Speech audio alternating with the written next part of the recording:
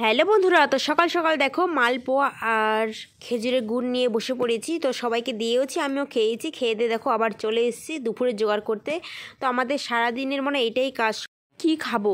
তো এই বেলা খেয়েছি কি না খেয়েছি, আবার পরের বেলা কি খাবো, তো তারপরের বেলা আবার কি খাবো, এই 3 বেলা খাবার জোগাড় করতে করতে আমাদের দিন শেষ হয়ে যায়।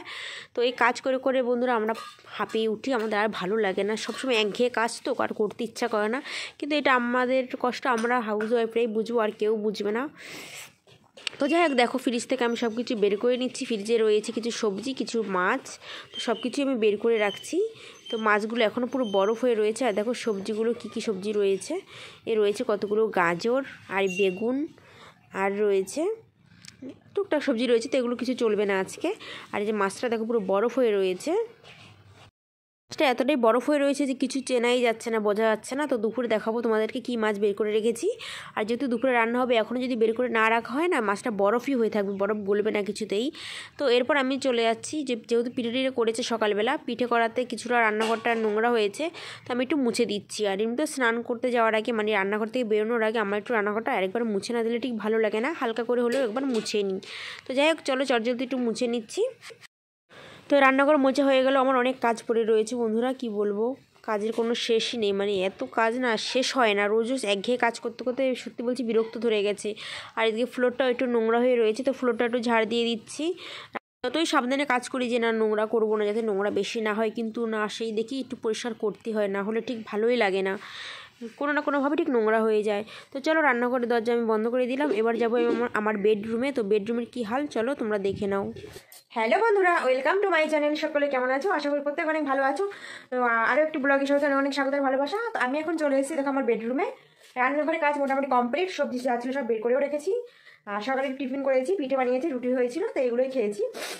রুটি হয়েছিল বলতে রাতে রুটি রয়ে গেছিলো, তো সেই জন্য সকাল সকাল খেয়ে নিয়েছি। তো তাড়াতাড়ি দুপুরে রান্নাটা করে নেবো, তাহলেই হয়ে যাবে। তো আর বাদ বাকি যা কাজ আছে সেগুলো সারবো, সেটা আমি যাবো স্নান করতে। তো চলো তোমরা ভিডিওটা কন্টিনিউ দেখতে থাকো, অবশ্যই পাশে থেকো।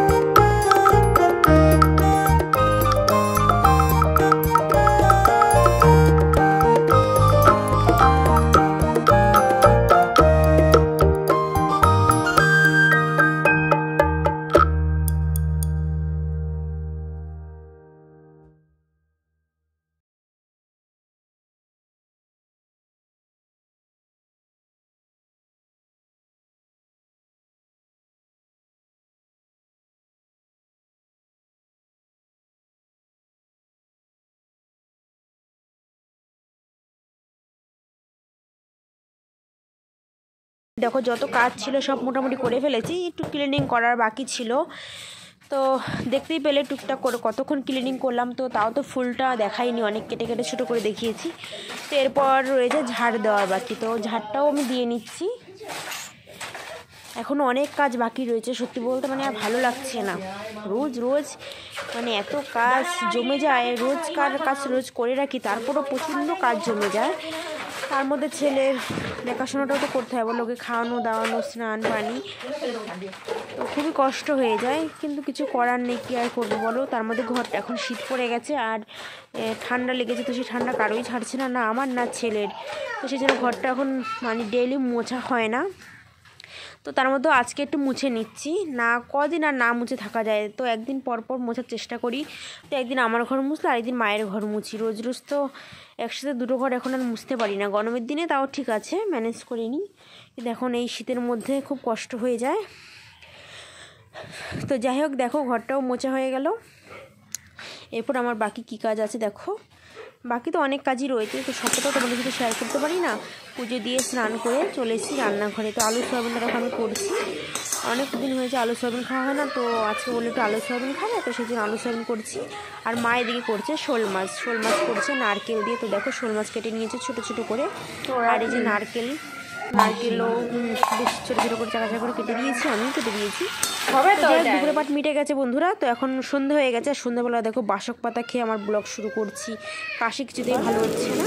তো রাতে আবার তোমাদের দাদাভাই মাংস নিয়ে এসেছে দেখো, তো ওই রান্না করছে। সত্যি বলতে এবার কী করবো, আমাদের তো মাংস হলে সব সময় আলাদা রান্না করতে হয় জানো। তো আমি রান্নাঘর থেকে সব মশলাগুলো আমি করে দিচ্ছি, কেটে কুটে আমি দিয়েছি বেটে উঠে, ও শুধু বসেছে জাস্ট, তো বসে একটু নাড়াচাড়া করছে। তো আমি সেখান থেকে এগিয়ে দিচ্ছি, আর ও রান্নাটা করছে। আর একটু মা রান্নাঘরে কিছুটা পরিমাণে ভাত করছে অল্প করে। তো অভাবের বাবাকে দেখে খুবই এক্সাইটেড, দেখো বাবার পাশাপাশি গুড়গুড় করছে। তো এইভাবে আমাদের দিন চলছে বন্ধুরা, এইভাবে হেসে খেলে সুখ দুঃখে সব একসাথে মিলে মিশে দিন ঠিক দিনের মতো চলে যাচ্ছে। তো যাই হোক, রাতে আজকে তাহলে চিকেন দিয়ে খাওয়া দাওয়া হবে। আর চলো, ভিডিওটাও আমি আর বেশি বড় করছি না, এখানেই শেষ করে দিচ্ছি। খুব বেশি বড় ব্লগ করার মতো বা তোলার মতো সময় বা এডিটিং করার মতো সময় আমার থাকে না, তাই আমি যখন যেরকম পারি তখন সেরকমই তোমাদের সাথে শেয়ার করি। তো যদি তোমাদের ভালো লেগে থাকে একটু লাইক দিয়ে দিও, একটু কমেন্ট করে জানিও, আর একটু শেয়ার করে দিও। আর নতুন হলে অবশ্যই চ্যানেলকে সাবস্ক্রাইব করে দিয়ে পাশে থেকে নোটিফিকেশনটি অল করে দিও। সকলে ভালো থেকো, সুস্থ থেকো, দেখা হচ্ছে অন্য কোনো ভিডিওতে। টাটা। তো আমাদের চিকেনটা এখনও হয়নি, চিকেনটা করতে করতে আজকে ভিডিওটা আমি শেষ করছি।